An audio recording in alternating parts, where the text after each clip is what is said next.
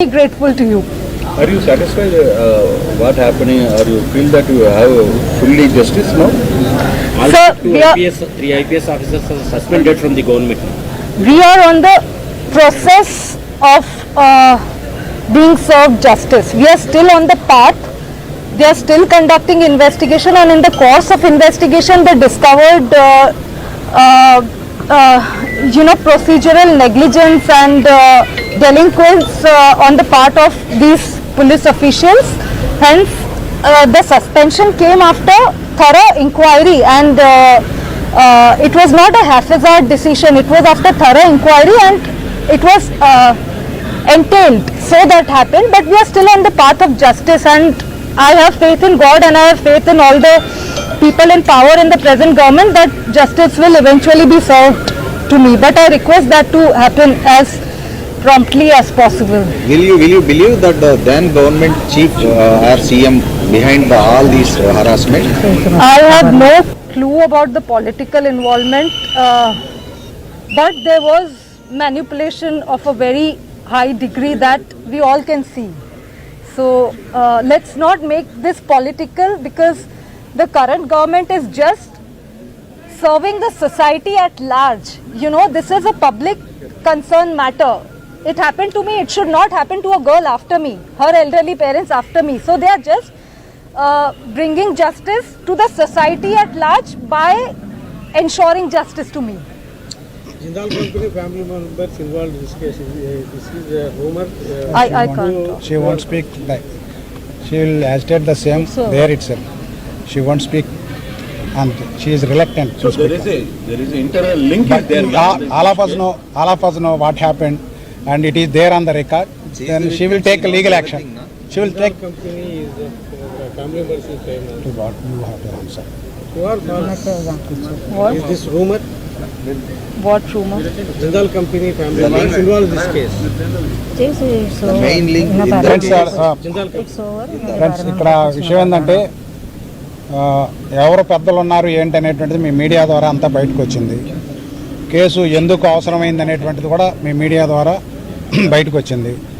అయితే ఇక్కడ ఏంటంటే మనం ఒక పొలిటికల్ బాసుల గురించో లేకపోతే ఒక పెద్దవాళ్ళ గురించో మాట్లాడుకునేటప్పుడు లీగల్ ప్రాసెస్ అనేది ఉంది కాబట్టి ఆమె తన రైట్స్ని యాజిటేట్ చేసుకోవడానికి ముంబైలో కూడా ఆ విధమైనటువంటి ఏర్పాట్లు చేసుకుంది ఆల్రెడీ. కాబట్టి అది ముంబైలో తేల్చుకుంటుంది ఆ విషయం అనేది ఎట్లా జరిగిందని. కానీ దీని రూట్ కాజ్ ఏందనేటువంటిది మీ అందరికీ తెలుసు. మనం బహిరంగంగా దాన్ని చెప్పుకోవాల్సిన పనేం లేదు. ఆల్రెడీ రికార్డులోనే ఉంది, అది పోలీస్ రికార్డులో ఉంది, ఇన్వెస్టిగేషన్లో వచ్చింది. అక్కడ కేసుని క్లోజ్ చేసుకోవడం కోసమే ఈ తతంగం జరిగిందనేటువంటిది కూడా అందరికి బహిర్గతం. అయితే అక్కడ ఎట్లాగో కేసు ఉంది, ఆ క్లోజర్ అయినటువంటి కేసు ఏం చేయాలనేటువంటిది కూడా తన లీగల్ స్టెప్స్ ఆల్రెడీ స్టార్ట్ చేసింది. కాబట్టి ఇక్కడ ఈ కేసు కనుక క్లోజ్ అయ్యి వీళ్ళ మీద ఉన్నటువంటి ఫాల్స్ కేసు క్లోజ్ అయితే ఈ నేపథ్యం అక్కడికి షిఫ్ట్ అవుతుంది. అక్కడ ముంబైలో తర్వాత యాజిటేషన్ జరుగుతుంది. మిత్రులారు, ఇంకా చెప్పాల్సింది ఏంటంటే ఈ మొత్తం ఎపిసోడ్లో మీడియా ద్వారానే ఈమెకి న్యాయం జరిగింది. మీడియా పీపుల్ అందరూ కూడా అనేకమైనటువంటి ఛానల్స్లో డిబేట్ చేశారు. యూట్యూబర్స్ చాలామంది సహాయం చేశారు. ఎందుకంటే ఇంత పబ్లిక్ క్రై రాకపోతే ఇలాంటి సంఘటన బహుశా మీడియా మిత్రులందరికీ తెలుసు. భారతదేశంలో ఒక 3 IPSలు ఒకేసారి సస్పెన్షన్కు గురవటం లేదా పెద్దల ఇన్వాల్వ్మెంట్ ఉందనేటువంటిది రావటం ఈ కేసు ఉంది. అయితే న్యాయవాదులుగా కానీ బాధితులుగా వాళ్ళు కానీ ఎవరెవరు ఇన్వాల్వ్ అయ్యారనేటువంటిది మీరు అడిగే ప్రశ్నలకి సమాధానం ఇన్వెస్టిగేషన్ చెప్తుంది. ఎందుకంటే ప్రీమెచ్యూర్గా మనం మాట్లాడలేం కాబట్టి ఆ విషయాలు ఆల్రెడీ మీ అందరికీ తెలుసు. కాల్ డేటాలు, గూగుల్ టేక్అవుట్స్ ఇవన్నీ తీసుకోవడం జరిగింది. ఇంకా విచిత్రం ఏంటంటే ఈరోజు మీడియాలో కూడా కథనాలు వచ్చినాయి. వీరి యొక్క ఇన్స్ట్రుమెంట్స్ని పోలీస్ ఆఫీసర్స్ కాకుండా మరి ఎక్కడికో తీసుకెళ్ళి ఓపెన్ చేయాల్సిన ప్రయత్నం చేశారు. వీళ్ళకి 2 సార్లు మెయిల్ అలర్ట్స్ బయటకు వచ్చిన తర్వాత మెయిల్ అలర్ట్స్ వచ్చినాయి. అవి మీకు సప్లై చేస్తాం ఇప్పుడు. అంటే దీని అర్థం ఏంటంటే మరి తీసుకున్నటువంటి ఇన్స్ట్రుమెంట్లను కోర్టుకు సబ్మిట్ చేయాలి. మామూలుగా అయితే సెర్చ్ వారెంట్లో సెక్షన్ 100 CRPC 101 CRPC. ఇంకా చాలామంది ఈ వాస్తవాలు తెలిసిన కొన్ని మీడియా కొన్ని పత్రికలు కావాలని ఆమెను బ్లేమ్ చేసి క్యారెక్టర్ అసోసియేషన్ చేస్తున్నారు. ఇంత దుర్మార్గం జరిగిన తర్వాత కూడా మనం ఇప్పుడు రాజకీయంగా ఏదన్నా ఉందా లేదనేది ఇన్వెస్టిగేషన్ తెలుస్తుంది. ఆమె ఎప్పుడు రాజకీయం గురించి కూడా మాట్లాడలేదు. మేము కూడా రాజకీయాల గురించి మాట్లాడలేదు. మీడియా మిత్రులకి ఫెయిర్ జర్నలిజం అనేటువంటిది ప్రాతిపదికగా తీసుకొని ఈ కేసుని కేసుగా రిపోర్ట్ చేయండి. వాళ్ళు ఉన్నారు వీళ్ళు ఉన్నారంటే ఇన్వెస్టిగేషన్లో తేలుతుంది.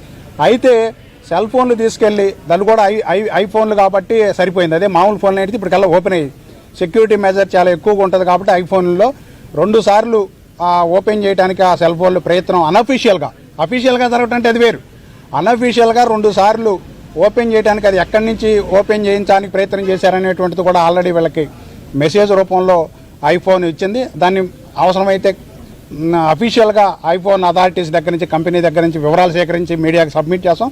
వీళ్ళకి వచ్చిన మెసేజ్లు కూడా ఉన్నాయి. కాబట్టి ఇక్కడ ఒక పాయింట్ మీరు గమనించాల్సింది ఏంటంటే 10 నుంచి 14 వరకు ఫిబ్రవరి వీళ్ళకి పోలీస్ కస్టడీలో ఇచ్చినప్పుడు ఇన్స్ట్రుమెంట్స్ పోలీస్ ఆఫీసర్ల దగ్గర ఉన్నాయి, ఓపెన్ చేయమని చాలా ఒత్తిడి చేశారు. అంతేకాకుండా ఆ ఇన్స్ట్రుమెంట్స్లో ఉన్నటువంటి దాన్ని డిలీట్ చేయడానికి ప్రయత్నం చేశారు. ఎందుకు చేయాల్సి వచ్చింది ఇది?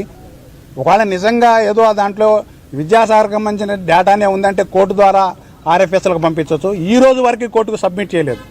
కాబట్టి దీన్ని బట్టి కాన్స్పిరసీ ఏందనేటువంటిది మనందరికీ అర్థమవుతుంది. కాబట్టి మేము రాజకీయాల గురించి మాట్లాడడం, ఇన్వాల్వ్మెంట్ అయినటువంటి వ్యక్తులు మొత్తం డేటా మన దగ్గర ఉంది కాబట్టి, పోలీసు వాళ్ళ దగ్గర ఉంది, మా దగ్గర, వీళ్ళ దగ్గర, క్లయింట్ల దగ్గర ఉంది. కాబట్టి ఖచ్చితంగా ఈ కేసులో న్యాయం జరగాలి. వాళ్ళకేందంటే ఎక్కడో దూరభారం ముంబై నుంచి వచ్చి 40 రోజుల పాటు పబ్లిక్కి యాక్సెస్ ఇవ్వకుండా దుర్మార్గం చేశారు. బహుశా భారతదేశ చరిత్రలో ఇలాంటి కేసు మేము కూడా కొన్ని వందల వేల కేసులు చేశాం. కానీ ఇంత దుర్మార్గంగా పోలీసు వాళ్ళు అందులో ఐపీఎస్లు వ్యవహరిస్తారనేటువంటిది ఇది ఒక చాలా విజువల్ ఎగ్జాంపుల్.